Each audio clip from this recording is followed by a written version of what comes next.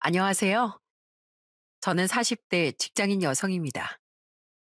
속담 중에 이런 속담이 있죠. 낮바닥이 땅 두께 같다는 말 혹시 들어보셨나요? 이 속담은 아무리 자기가 잘못했어도 부끄러워할 줄을 모르는 아주 뻔뻔한 사람을 욕하는 말입니다. 딱 이 말에 제격인 사람이 있는데요. 그 사람 때문에 겪었던 황당하고 화가 나는 일을 이야기해 볼까 합니다. 저는 시골에서 농사를 짓는 부모님 밑에서 자랐어요. 저희 집은 이남 삼녀로 자식들도 많았는데 어려운 형편에도 저희 부모님은 정말 사랑으로 저희들을 길러주셨습니다. 말 그대로 입을 거 먹을 거 아껴가면서 저희들을 위해서 헌신하셨죠. 늘 부모님은 농사일을 하시다 해가 질 무렵이 되어서야 집으로 돌아오셨어요. 주말이면 동생들과 다 같이 부모님 일을 도우러 갔었는데 그때마다 부모님은 저희한테 크게 시키시지 않고 늘 쉬라고만 하셨습니다. 엄마, 이거 어디다가 놓을까? 저기 창고에 갖다 놓을까? 아유, 됐어. 엄마가 이따가 하면 되니까 저기 가서 애들이랑 놀고 있어. 손 더러워지니까 만지지 말고. 에이, 엄마 아빠 도와주려고 온 건데 우리도 일해야지. 뭐 할 거 없어? 얼른 시켜. 일주일 내내 공부하느라 힘들 텐데 새벽부터 왜 따라 나왔어? 안 나와도 되는데. 그럼 저기 가서 물 한 잔만 가지고 와. 아빠한테도 한 잔 가져다 드리고. 농산일을 도우러 가면 부모님은 항상 저희에게 힘든 일을 시키지 않으시고 늘 간단한 일들만 시키셨어요. 그때 당시 제 친구들도 대부분 부모님이 농사일을 하시다 보니 거의 농번기엔 바쁘게 일손을 도울 때가 많았습니다. 그런데 저희 엄마 아빠는 거의 시키지 않으셨던 것 같아요. 아마 힘든 일을 자식들에게 하게 하고 싶어 하지 않으셨던 거죠. 그걸 전 잘 알고 있었기 때문에 어떻게든 부모님의 짐을 덜어드리고 싶었습니다. 그러다 고등학교 다닐 때 한 번은 다니던 학원을 그만두겠다고 한 적도 있었어요. 엄마, 나 그냥 학원 그만 다닐래. 학교에서 자습하는 걸로도 충분하고 굳이 학원 안 다녀도 될 것 같아. 이번 달에 그리고 학원비도 오른다잖아. 그 돈 내면서 다니고 싶지 않아. 인주야, 엄마 아빠 걱정해서 그런 소리 안 해도 돼. 너 학원 가는 건 엄마랑 아빠가 어떻게든 해준다고 했잖아. 그러니까 걱정하지 말고 학원 다녀. 너 학원에서도 열심히 한다고 선생님이 그러던데? 엄마랑 아빠가 얼마나 고생하면서 학원 보내주는 건데 당연히 열심히 다녀야지. 근데 이번에 학원비가 너무 오른 것 같아서 그냥 나 학교에서 공부해도 충분하니까 엄마 이번 달만 다니고 그만 다닐게. 아이고, 됐어. 괜찮아. 그런 거 걱정하라고 우리가 열심히 돈 버는 줄 아니? 인주야, 아무것도 걱정하지 말고 넌 공부만 해, 공부. 엄마랑 아빠는 그러려고 돈 버는 거야. 알았지? 선생님이 좀만 더 하면 서울에 있는 대학도 갈 수 있다고 했잖아. 공부할 때 딱 해야지. 그러니까 아무 걱정하지 말고 공부해. 부모님께선 힘든 상황에서도 제 공부를 위해 지원을 아끼지 않으셨습니다. 저뿐만 아니라 동생들이 하고 싶다는 것도 어떻게든 지지를 해주셨어요. 그런 부모님의 마음을 알기 때문에 저는 더 열심히 공부를 할 수밖에 없었죠. 제가 보답하는 일이라곤 공부를 해서 좋은 성적을 보이는 거라고 생각했습니다. 그렇게 열심히 공부를 해서 서울에 있는 대학에 합격했을 때 누구보다 기뻐하고 좋아하셨던 게 바로 엄마 아빠셨어요. 동네방네 아주 난리가 날 정도로 자랑하고 다니셨습니다. 아이고, 우리 인주 장하다 장해. 인주야, 아빠가 네 덕분에 힘이 난다, 힘이 나. 이렇게 열심히 해가지고 좋은 결과 받아서 아빠가 얼마나 기쁜지 몰라. 동네방네 자랑을 실컷 했어. 아빠 보이지? 어깨 잔뜩 올라간 거. 그래, 네 아빠 어제 친구들한테 얼마나 자랑했는지 아니? 인주 덕분에 아빠가 요즘 체면이 산다고 아주 신나셨어. 고마워, 인주야. 엄마도 너무 행복해. 인주가 이렇게 잘 돼서 얼마나 좋은지 몰라. 다 엄마 아빠 덕분이지 뭐. 그동안 나 공부시킨다고 얼마나 고생 많이 했어. 고마워 엄마 아빠.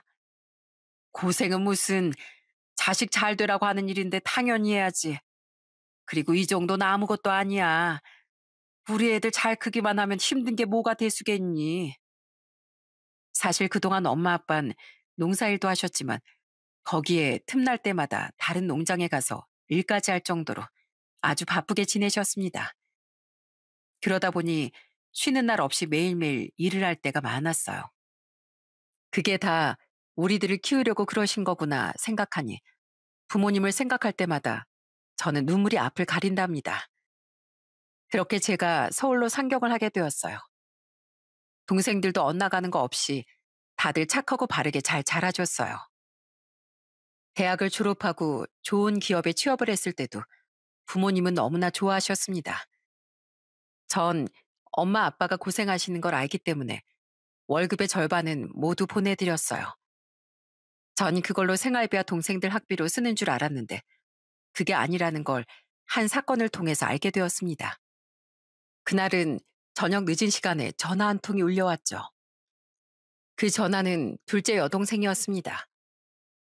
언니, 여기에 지금 올 수 있어? 아빠 많이 다쳤대. 지금 응급수술 들어갔어. 빨리 와. 갑작스런 사고 소식에 전 정신없이 병원으로 향했습니다. 그 시간에 어디서 사고가 났는지 영문을 알 수 없었는데 나중에 진실을 알고서 너무나 마음이 아프고 미어졌어요. 아빤 투잡으로 배달 아르바이트를 하시다가 사고가 나신 거였습니다. 아니, 내가 보내준 돈은 어떻게 하고 왜 투잡을 뛰어? 그거 엄마 아빠 생활비 하라고 보내준 거잖아. 왜, 뭐 필요한 곳이라도 있었어? 뭔데 왜 투자까지 뛰었냐고. 그게 아니라, 아휴, 네가 타지에서 그렇게 고생하면서 버는 돈인데 엄마랑 아빠가 어떻게 쓰니? 아빠가 그거 그냥 한 푼도 쓰지 말고 모아두자고 해서 아무것도 안 썼어. 나중에 너 시집 갈 때라도 보탤까 싶어가지고 우리 형편에 뭐 하나 해주지도 못할 텐데. 뭐? 내가 언제 시집을 갈 줄 알고 엄마 그냥 그거 쓰라고 했잖아. 됐다. 엄마랑 아빠 네 돈 안 쓸 거야. 그러니까 아예 주지 말어. 그리고 동생들한테도 학원비 보내주지 마. 엄마랑 아빠가 그거 다 낼 수 있다는데 왜 그걸 네가 책임져? 앞으로 너 살 길만 챙겨. 엄마랑 아빠 동생들 생각하지 말고. 거기서 너 혼자 얼마나 외롭고 힘든데 돈까지 보내주면 뭐 먹고 사니? 다행히 아빤 골절로 인해 수술을 받으셨지만 잘 회복을 하셔서 다시 건강하게 집으로 돌아오실 수 있었습니다. 그날 전 부모님의 희생과 자식에 대한 사랑이 어느 만큼 깊고 넓은지 알 수 있었어요. 사실 주변만 하더라도 부모라고 해도 자식에게 제대로 해주지 못하는 사람들도 많고 자식의 덕을 보려는 사람들도 많은데 저희 부모님은 평생 그런 모습 한 번 보인 적이 없었습니다. 그래서 전 부모라면 마땅히 자식을 사랑으로 아껴야 한다고 생각했어요. 그런데 그렇지 않은 부모들도 역시나 많더라고요. 나중에 그런 부모를 겪고 나서 모두가 제가 생각하는 부모는 아니구나 알게 되었죠. 전 그런 부모님의 깊은 사랑을 받아 자라다 보니 결혼에 대해 정말 신중하게 생각했었어요. 부모님처럼 서로를 위해주고 자식을 아끼는 그런 결혼 생활을 하고 싶었습니다. 저와 비슷한 생각을 갖고 있는 사람과 만나고 싶었는데 딱 그에 걸맞는 사람을 만나게 되었어요. 지금의 남편은 정말 착하고 성실한 사람이었어요. 지인의 소개로 만나게 되었는데 그때 제 나이가 20대 후반이었고 남편은 30대 초반이었죠. 남편은 그때 당시 할머니와 함께 살고 있었는데 처음엔 저 남편이 조송 가정인 줄 알았어요. 그런데 멀쩡히 시부모님이 계시더라고요. 약간은 의아했지만 어릴 때부터 맞벌이 하면서 할머니 집에 맡겨져 살다 보니 커서도 그냥 자연스럽게 할머니와 살게 되었다는 말에 그렇구나 하고 넘어갔었어요. 남편은 그때 당시 정말 마음이 깊고 따뜻했습니다. 늘 배려심이 강했고 어르신에게 잘하는 모습들이 전 너무나 좋았어요. 그래서 전 남편과 결혼을 결심하게 되었죠. 결혼을 하기 전에 종종 남편의 할머니를 만나뵌 적이 있었는데 그때마다 얼마나 정성으로 남편을 키웠는지 바로 알 수 있었습니다. 한 번은 할머니께서 저에게 쪽지 하나를 보여주셨어요. 삐뚤빼뚤 적힌 글씨를 읽어보니 남편이 어릴 적 할머니께 드린 편지인 것 같더라고요. 인주야, 이거 봐라. 동민이가 예전에 나한테 줬던 편지야. 이게 언제더라? 초등학교 가도 올라가가지고 얼마 안 됐을 땐 것 같은데 그때 겨우 한글 떼서 처음 자기 손으로 편지 써서 가지고 온 거야. 내가 이때 얼마나 감동이었는지 아니? 와, 할머니, 이걸 지금까지 간직하고 계셨던 거예요? 완전 깨끗한데요. 20년을 넘게 보관해 오신 거네요. 그래, 내가 고이고이 간직하고 있었지. 나중에 손주 며느리 들어오면 이렇게 보여주려고. 동민이가 이렇게 마음이 깊단다. 너한테도 잘할 거야. 난 다른 거 바라는 거 없다. 그저 우리 동민이랑 행복하게 오순도순 알콩달콩 잘 살기만 하면 돼. 나한테 잘할 필요도 없고 너희 둘이서만 잘 살면 되는 거야. 시할머니는 제가 손주 며느리라고 해서 뭔가를 바라시거나 요구하신 적이 단 한 번도 없으셨어요. 늘 한 가지 당부하는 건 저와 남편 둘이서 행복하기만을 바라셨죠. 그렇게 남편과 행복하게 결혼을 준비하면서 사실 저희 신혼집 때문에 고민을 했을 때가 있었어요. 평생을 할머니와 살아왔던 남편이 나와서 사는 게 아무래도 걱정이 될 것 같았습니다. 역시나 하루는 남편이 저에게 부탁이 있다며 얘기를 꺼내더라고요. 인주야, 내가 다른 게 아니고 부탁 하나만 있는데 꼭 들어달라는 건 아니지만 생각해줬으면 좋겠어. 할머니 손에서 내가 자란 건 알고 있지? 그래서 말인데 우리 할머니 연세도 많으시고 그래서 우리가 좀 모시고 살면 어떨까? 사실 난 그러고 싶은데 인주 네 생각도 존중할게. 그래, 뭐 괜찮아. 나도 할머니랑 같이 사는 거 대찬성이야. 근데 할머니도 그렇게 하라고 하셨어?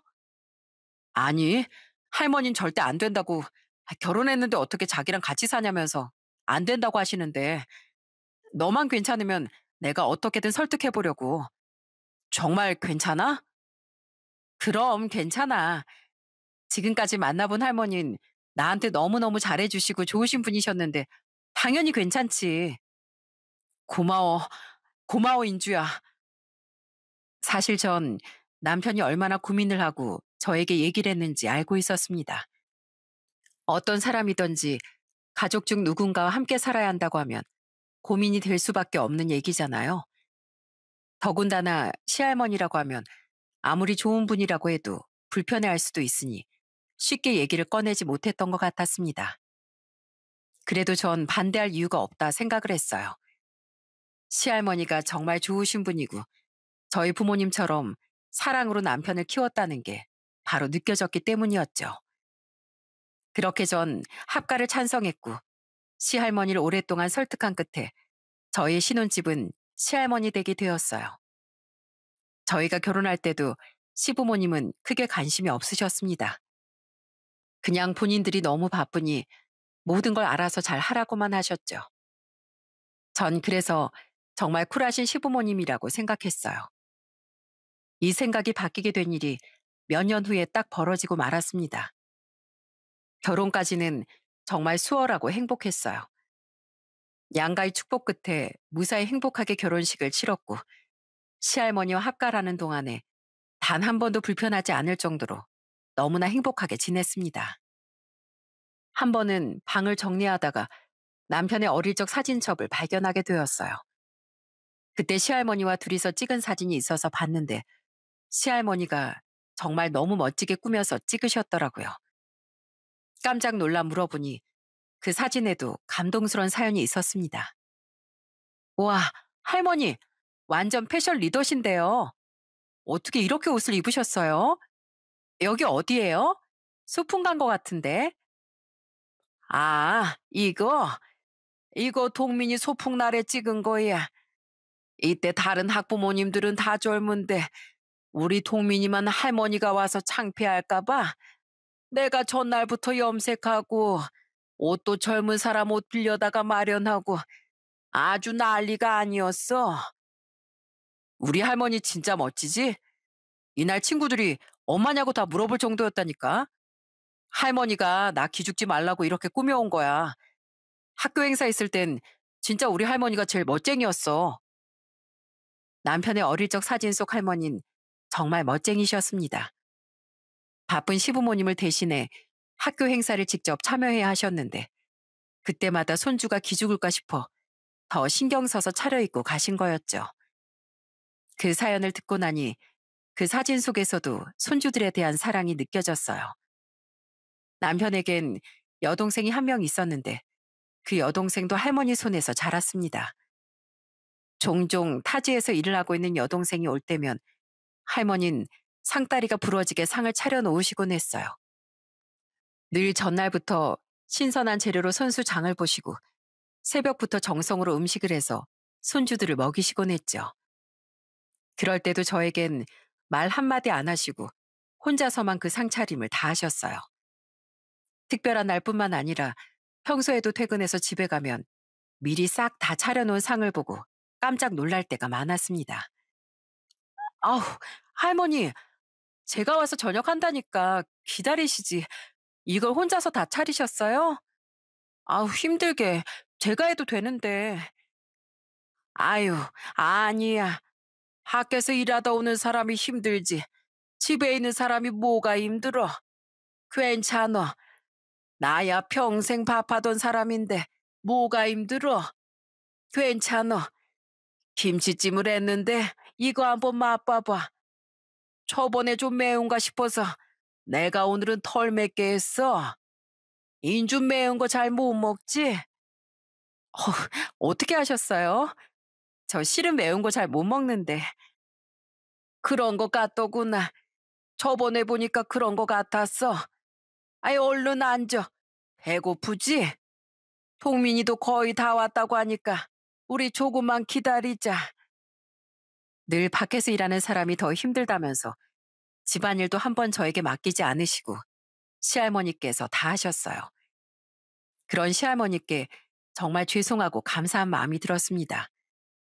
저도 나름대로 살림을 하려고 노력했지만 늘 절 배려해 주신 건 바로 시할머니셨어요.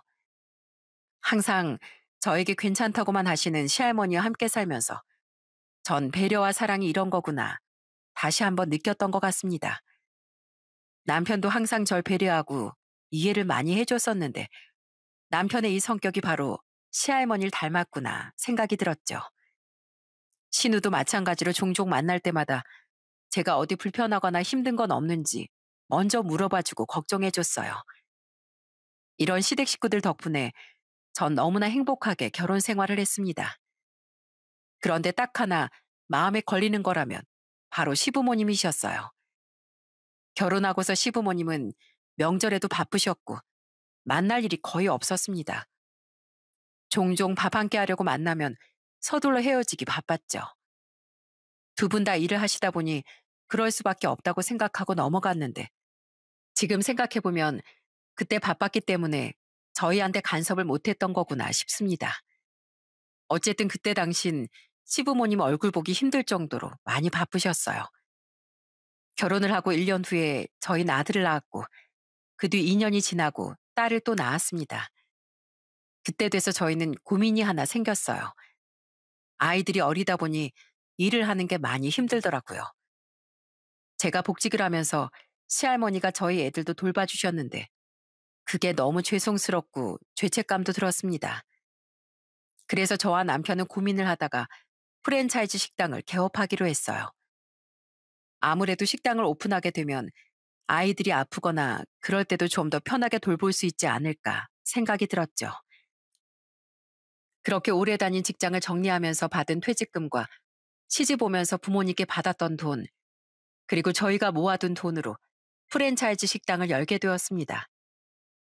처음에 식당을 열기 전에 저희도 정말 많이 알아보고 배우기도 했어요.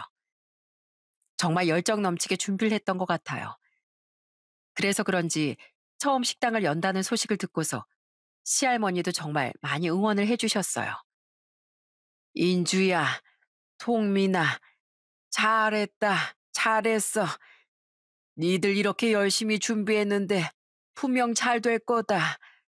우리 인주는 손도 야무지고 빠르니까 일도 잘할 거고. 감사합니다, 할머니. 정말 저희 노력한 만큼 잘 됐으면 좋겠어요. 저희가 어떻게든 잘 운영해가지고 할머니께 효도할게요. 내년에 꼭 저희 여행도 가고 그래요.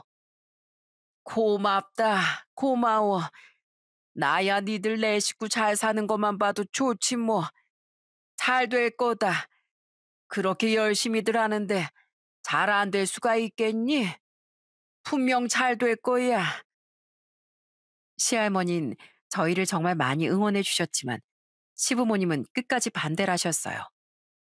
특히 시모는 창업할 돈으로 투자를 하라며 저희에게 강요하시기도 했죠. 뭐? 창업? 예, 너희 생각이 너무 없는 거 아니니? 애도 둘인데 이제 와서 창업하면 어쩌자는 거야? 그 돈 그렇게 땅바닥에 버릴 거면 그냥 놔줘라, 놔줘. 내가 투자 잘해줄 테니까 나한테 줘. 네? 어머님, 그래도 저희 열심히 배우고 준비하고 있어요. 예, 뭐 식당은 아무나 하니? 난다긴다는 요리사들도 다 망하는 게 식당이야. 아휴, 그렇게 식당 차려가지고 뭐 얼마나 번다고. 그 돈으로 투자하면 수억은 금방 버는데. 니들이 복을 차는 거지, 복을 차. 시부모가 끌어준다는데 그걸 차는 거지 뭐. 시부모님은 항상 저희에게 돈만 있으면 투자를 하라면서 강요하셨습니다. 그럴 때면 저희는 늘 거절하긴 했지만 막무가내로 투자하라며 돈을 맡기라고 말하는 게 이상하다 싶기도 했어요. 그래서 더 열심히 준비해서 잘 되겠다는 다짐을 했습니다. 처음엔 정말 식당이 그래도 그럭저럭 잘 운영되긴 했어요. 손님들도 점점 늘어나는 것 같고 금세 안정을 찾을 것만 같았죠. 그런데 2년이 지난 시점부터 서서히 손님들이 줄어들기 시작했습니다. 경기도 좋지 않았던 시기라 저희는 정말 고민이 많았어요. 처음엔 가게 수입이 눈에 띄게 줄어들기 시작하더니만 어느 순간부턴 수입보다 지출이 더 많이 나가는 달이 늘어나게 되었죠. 그렇게 어려운 시기를 버티고 버티다 도저히 안 되겠다는 생각이 들었을 때가 가게 오픈 후 2년이 지났을 무렵이었어요. 그동안 모았던 전 재산을 거의 투자한 거나 마찬가지였는데 잘 되질 않으니 너무나 괴롭고 힘들었습니다. 거기다가 애들도 점점 자라고 있는데 앞으로 나갈 돈들도 많을 텐데 계속해서 걱정이 쌓이고 쌓였죠. 결국 식당 문을 닫기로 결심했을 때 남편과 전 얼마나 울었는지 몰라요. 그때 저희를 위로해 주신 것도 바로 시할머니셨습니다. 할머니, 저희 가게 그만하려고요. 이렇게 그냥 잡고 있는 것도 아닌 것 같고 파리만 날리는데 계속하는 건 너무 저희 욕심인 것 같아요. 그래, 괜찮어. 이런 일도 있고 저런 일도 있는 게지. 저희가 너무 부족해서 그랬을까요? 열심히 했는데 저희가 부족해서 이렇게 된 것 같아요. 아이고, 아니다, 아니야. 요즘 경기도 안 좋은데 그래도 3년을 내리 잘 운영했는데 이 정도면 훌륭하지. 안 그래? 니들 나이엔 이것도 해보고 저것도 해보면서 도전해 보는 거지. 아무것도 안 해본 것도 아니고 니들이 이것저것 얼마나 열심히 준비했는데 잘했다. 그동안 고생했어. 아직 한창인 나이에 너무 기죽지 말거라. 다시 시작하면 되는 거야. 힘들어도 다시 이겨내면 돼. 시할머니는 끝까지 저희를 응원하고 지지해 주셨어요. 저희만큼 속상하셨을 텐데도 어떻게든 힘을 주시려고 노력하셨죠. 그런 시할머니의 마음을 알기 때문에 저희도 극복하려고 노력했어요. 식당을 정리하고 나서 다시 회사에 취직을 해 다니게 되었는데 사실 죄취직을 한 곳이 전에 다니던 회사보다 좋은 곳은 아니었거든요. 그러다 보니 저나 남편이나 많이 기가 죽었었는데 그걸 아셨는지 시할머니께선 항상 출근할 때 저희를 배웅해 주시며 응원을 해 주시기도 했습니다. 자, 오늘 저녁은 내가 등갈비찜 해주마. 니들 그거 좋아하지? 우리 두 손주들도 너무 좋아하는 등갈비찜. 오늘 아주 푸짐하게 먹자꾸나. 그러니까 열심히 일하고 와. 아, 왜 이렇게 기운들이 없어? 힘내야지, 힘. 할머니, 제가 오늘 다녀와서 저녁 할게요. 어제도 저녁 차리시고 힘드시잖아요. 힘들기는 무슨. 우리 손주랑 손주 며느리 밖에서 일하는데 아이 든든하게 먹여야지. 집은 아무것도 걱정하지 말고 열심히 일하고들 와라. 맛있게 저녁 해놓을 테니까 저녁 걱정도 하지 말고. 알았지? 난 우리 증손주들이랑 놀고 있으마. 그때 당시 저와 남편은 한 번의 실패로 자신감도 많이 떨어져 있었는데 매번 이렇게 응원을 해주시고 챙겨주시니 금방 저희도 잊고 일상으로 돌아올 수 있었던 것 같아요. 시할머니께서 저희 대신 애들도 많이 돌봐주시고 집안일도 해주신 건데 그게 다 저희를 위한 일이었습니다. 마음이 많이 좋아지니 식당 운영에 실패했던 것도 큰 경험이었다고 생각을 할 수 있었어요. 정말 많이 힘든 시기였지만 그래도 그걸 극복하면서 저도 남편도 많이 성장을 할 수 있었답니다. 그렇게 다시 열심히 직장에 다니며 일을 하다가 1년 후 저희 집에 큰 변화가 생기게 됐습니다. 나가서 지내시던 시부모님이 다시 집으로 들어오겠다고 하신 거였어요. 그걸 알게 된 날 퇴근하고 집에 갔는데 시부모님이 식탁에 앉아 저녁을 드시고 계시더라고요. 어머, 어머님, 아버님, 어쩐 일이세요? 언제 오셨어요? 예, 넌 시부모가 왔는데 어쩐 일을 하는 말이 나오니? 아이고, 참, 넌 시할머니한테 저녁상까지 차리라고 하는 거야? 참, 어머님, 이래도 저희 들어오는 거 안 된다고 하실 거예요? 어머마, 밖에서 일하고 막 들어온 사람한테 아, 왜 그렇게 말하니? 니들 원래 이렇게 집에 오지도 않잖아. 그러니까 인주가 저렇게 말한 거지. 밖에서 잘만 살다가 아, 왜 갑자기 들어온다는 거야?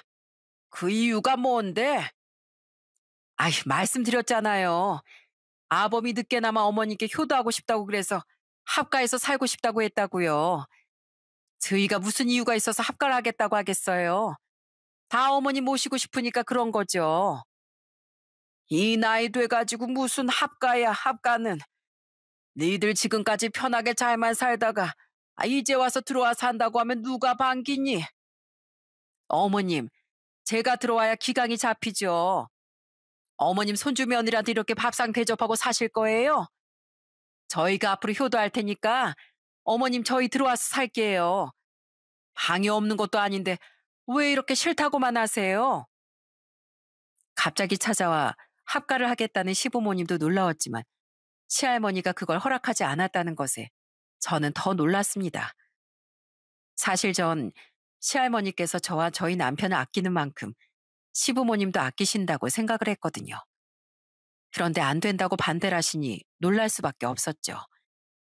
그 이유를 알게 된 건 그로부터 일주일이 지난 후였어요. 끝끝내 반대라는 시할머니를 설득하고자 시부가 혼자서 집으로 찾아왔습니다. 그러더니 하는 말을 듣고 저희는 모두 깜짝 놀랄 수밖에 없었죠. 어머니, 저희 이제 갈 곳이 없어요. 사실 안 사람이 어디 투자를 좀 잘못해서 빚을 졌거든요. 그거 갚으려고 집도 내놓고 했는데 남는 돈이 없을 것 같아요. 당분간 저희 신세 좀 질게요. 그때는 안 사람이 절대 사실대로 말하지 말라고 해서 저도 말을 못했는데 저희 사정 좀 봐주세요. 아이고, 이들은 끝까지 콧대가 높아가지고 그걸 얘기 안 하고 그냥 들어오려고 했어? 참, 뭘 얼마나 투자를 잘못했길래 빚을 져. 빚을 지길. 많이 정리했어요. 안 사람이 어머니한테 죄송해서 사실대로 말을 못했나 봐요. 어머니가 자꾸 반대하시니까 이렇게 사실을 말해드리는 거예요. 제가 이렇게 부탁드릴게요. 저희 여기 오는 거 허락해 주세요. 예, 저희가 잘할 테니까 허락 좀 해주세요. 사실은 시모의 과도한 투자가 결국엔 빚이 되었고 집까지 날리게 된 거였어요. 그래 놓고선 찾아와서 효도한다며 합가를 하겠다고 했던 게 실은 어이가 없기도 했어요. 시부는 간곡하게 시할머니께 부탁을 했고 그렇게 시부모님은 겨우겨우 집으로 들어오시게 되었습니다. 처음엔 시모는 시할머니 눈치를 보면서 있는 듯 없는 듯 지내시더라고요. 시할머니께서도 시부모님이 들어오시고 난 후에도 평소처럼 똑같이 지내셨고요. 그러다 보니 시모가 슬슬 본색을 드러내기 시작했어요.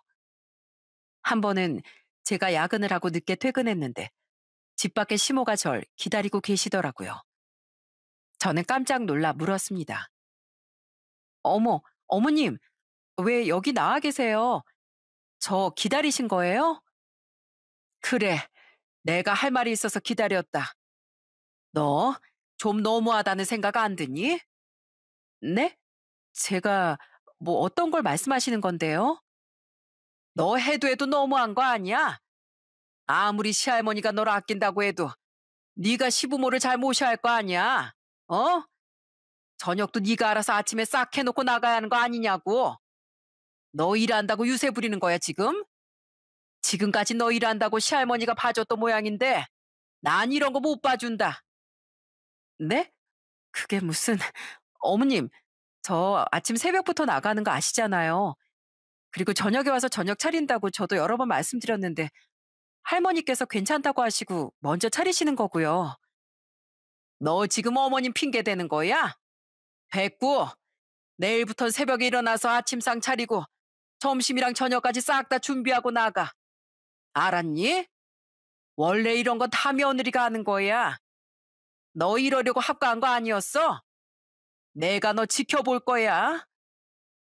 그동안 어떻게 사는지 관심도 없었던 시모가 갑자기 합가하더니 앞으로 지켜보겠다는 말로 절 협박한다는 게 참 어처구니가 없더라고요.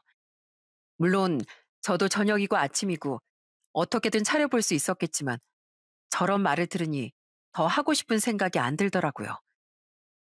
사실 그동안 저희도 나름대로 시할머니 손을 덜어드리기 위해 많이 노력을 했었거든요. 반찬도 매번 부르고 주말엔 저희 부부가 집안일을 하곤 했는데 시모는 그건 하나도 생각을 안 하시더라고요. 그것뿐만이 아니었습니다. 한 번은 저희 집에서 농사를 짓고 짠 참기름과 무, 양파 같은 걸 보내주셨어요. 시할머니 너무나 기뻐하셨지만 그걸 보고선 시모는 비꼬기 바빴습니다. 아이고, 매번 이렇게 보내주시니 감사해서 어쩌니. 이번엔 꼭 사돈께 감사 인사 전해드리려무나. 아니지, 내가 한우 세트 하나 사다 보낼 테니까 그거 꼭 드시라고 해라. 어머님, 뭐 이런 거 가지고 한우 세트씩이나 보내세요. 이거 마트 가면 얼마 안 해요. 5만 원도 안 하는 거 가지고 수십만 원씩이나 쓰시려고요? 예, 그리고 이런 거 다 짐이야, 짐. 그냥 마트에서 깔끔하게 만든 거 사면 되는데. 아유, 지저분하게 먼지에 흙에 이걸 어떻게 먹니? 예, 어머마, 어떻게 그런 소리를 하니? 어떻게 마트에서 파는 거랑 정성으로 길러서 보낸 거랑 비교를 해? 어? 너 어떻게 그런 말을 하니? 얼른 인주한테 사과해라. 아니, 어머님. 어머님은 진짜 며느리는 안 이뻐하시고 맨날 그렇게 손주 며느리만 예뻐하세요? 뭐 제가 나쁜 뜻으로 한 말도 아닌데. 참, 기분 나빴다면 미안하구나. 그렇게 비꼬는 시모를 시할머님 바로 혼쭐을 냈지만 시모는 그게 또 마음에 들지 않아 했습니다.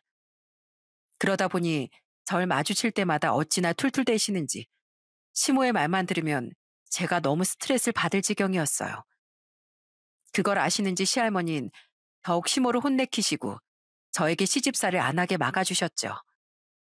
그러다가 결정적인 사건이 발생하게 되었습니다. 어느 날 친정엄마가 몸이 좀 아프셔서 병원에 입원을 하시게 되었어요. 그래서 간병을 하려고 2박 3일로 친정에 가게 되었죠. 그날은 시모만 집에 계셨는데 짐을 싸고 나가는 절 대뜸 불러대더니만 어처구니 없는 말을 하시더라고요. 예, 너 친정 간다며? 네, 다녀오려고요. 3일 있다가 올 거예요. 아유, 그래. 그러면 간 김에 한 3천만 원만 네 친정에서 좀 빌려와라. 너도 가게 망해서 뭐 별 돈도 없을 거 아니야. 네? 3천만 원이요? 그래. 내가 안 그래도 말하려고 했는데 잘 됐구나. 보아하니 니들 돈도 없는 것 같은데 내가 좀 급해서 그러니까 딱 3천만 원만 빌려와라. 우리도 돈 나올 구멍이 없어서 그래. 지금 무슨 말씀을 하시는 거예요? 예. 내 친구 며느리들은 딱딱 친정에서 돈도 잘 빌려온다고 하더만. 넌 신혼집 구하면서 돈도 안 써. 할머니 집에 들어와서 돈 한 푼 안 들이고 신혼집 구한 거 아니니? 그러고선 허무맹랑하게 사업한다고 돈 다 탕진하고. 그랬으면 친정에서 돈이라도 빌려와야지. 제가 왜요? 제가 그 돈을 왜 빌려야 하는데요? 너희 집 농사도 짓고 한다면서? 요즘은 농사꾼들이 돈이 더 많다고 하더라. 그러니까 돈 좀 빌려와. 안 그러면 내가 너 이혼시킬 수도 있어. 알았니? 너 어머니가 네 편이라고 생각하는가 본데 우리 집 실세는 나야, 나.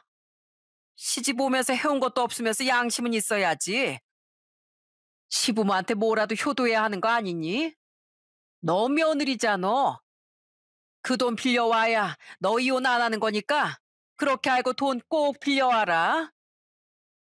안 그래도 좋은 일로 친정에 가는 것도 아닌데 갑자기 돈을 빌려오라는 말을 들으니 너무나 기가 막히더라고요. 말도 안 되는 얘기라는 시모에게 대꾸도 하지 않고 전 친정으로 향했어요. 친정으로 내려가는 내내 속이 정말 부글부글 끓어오르더라고요. 시모 말처럼 사실 결혼할 때 크게 뭘 해간 것도 아니지만 반대로 저 역시 뭘 크게 받았던 것도 아니었거든요.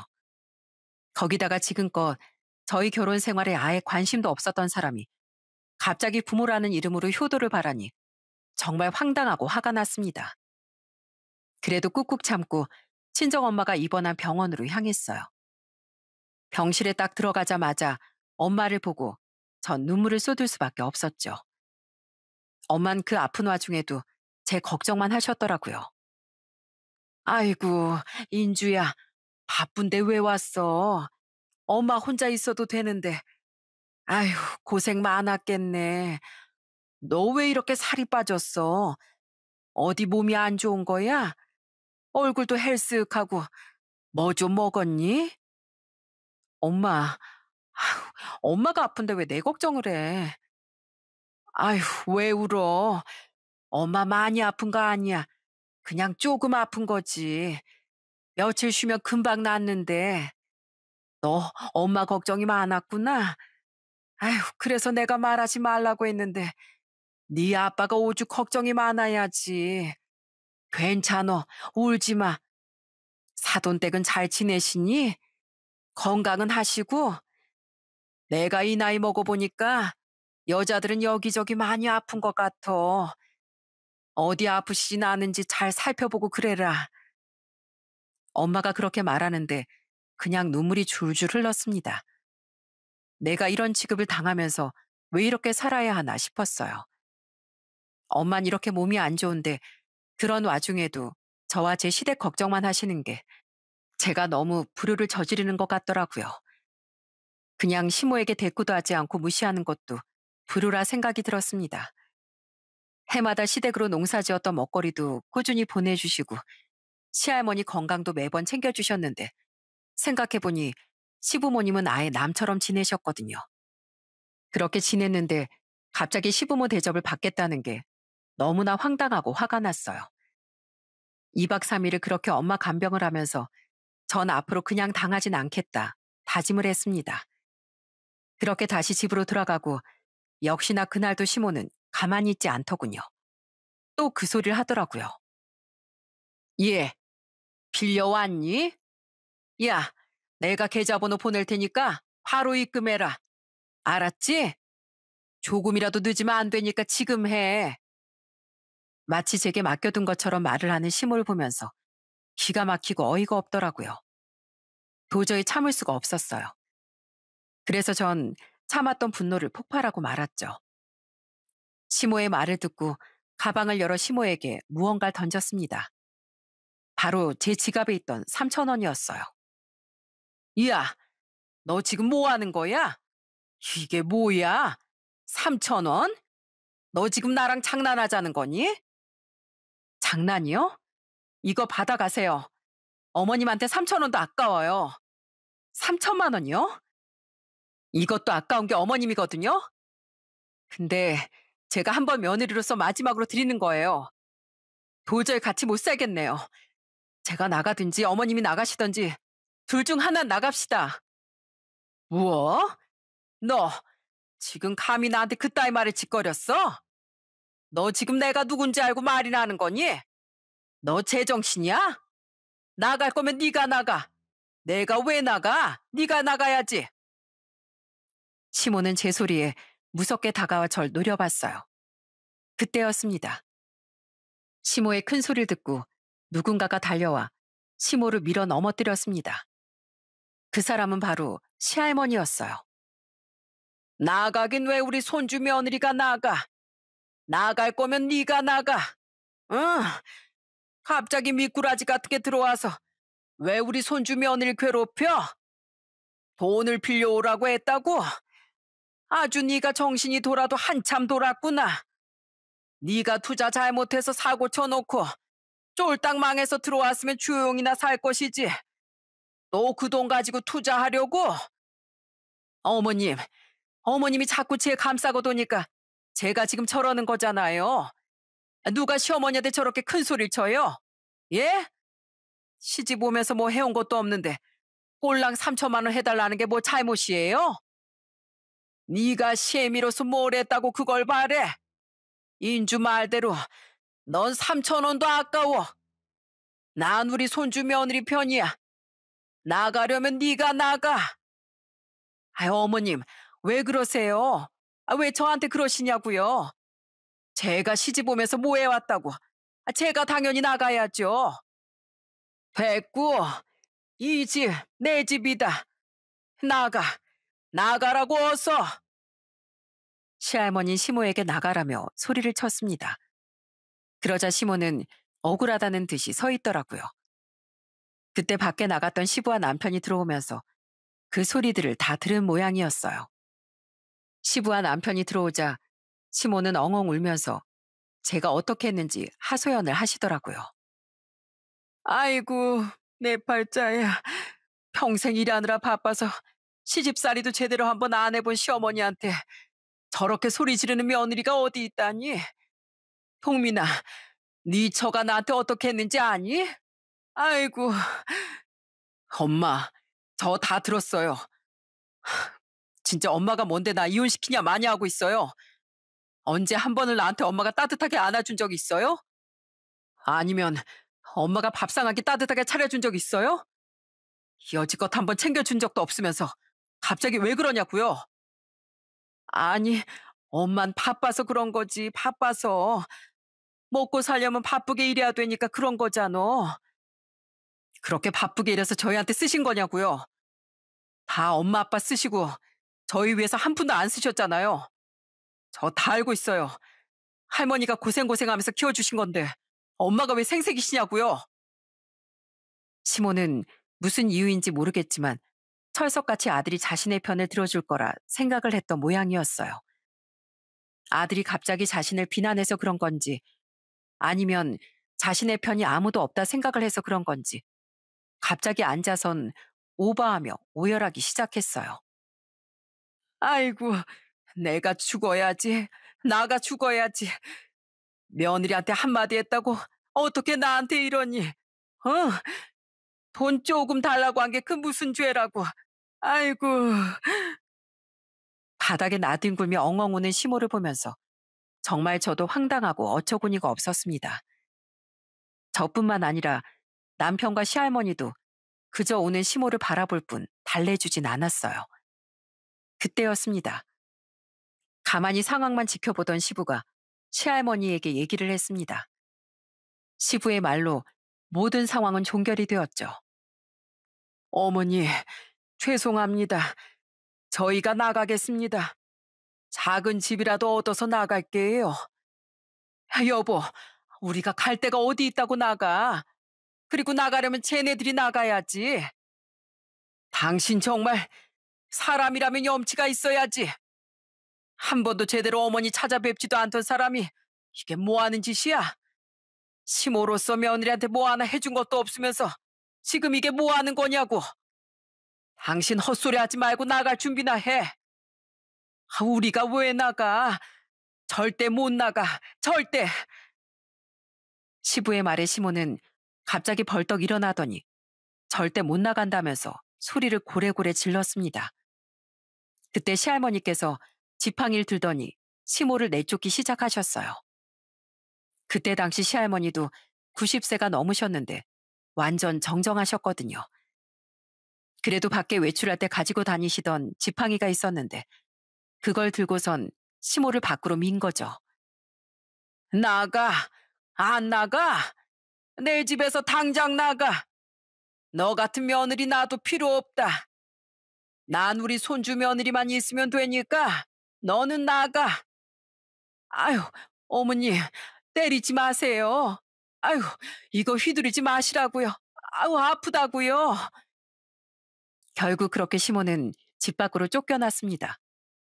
밖에서 들어오지 못하고 서성이는 시모를 시부는 죄송하다는 말을 남기고 데리고 나가버리셨죠.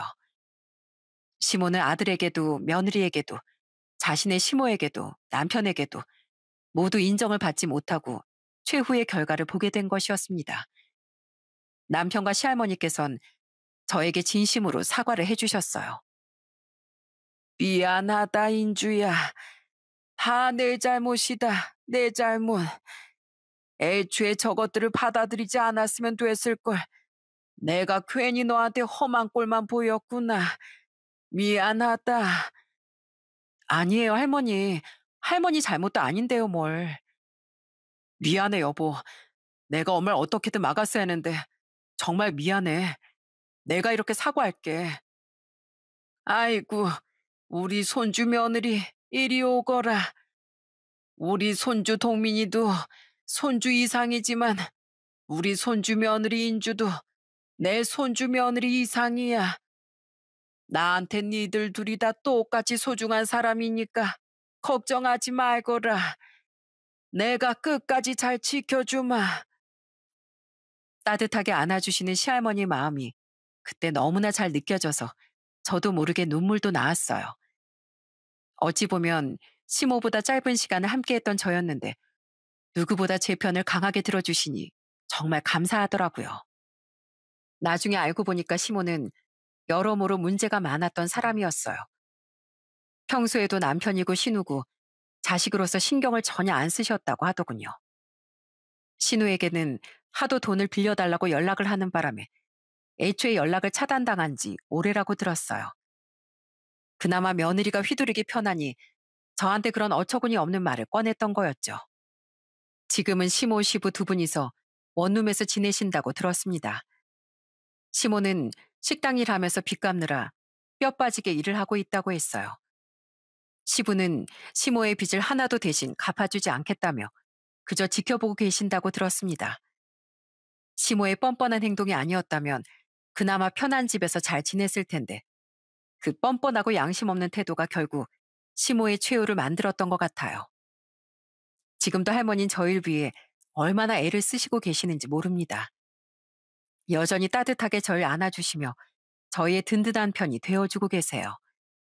하루는 저희에게 이런 말도 해주신 적이 있습니다. 얘들아, 니들 돈 없어도 하나도 걱정 안 해도 된다.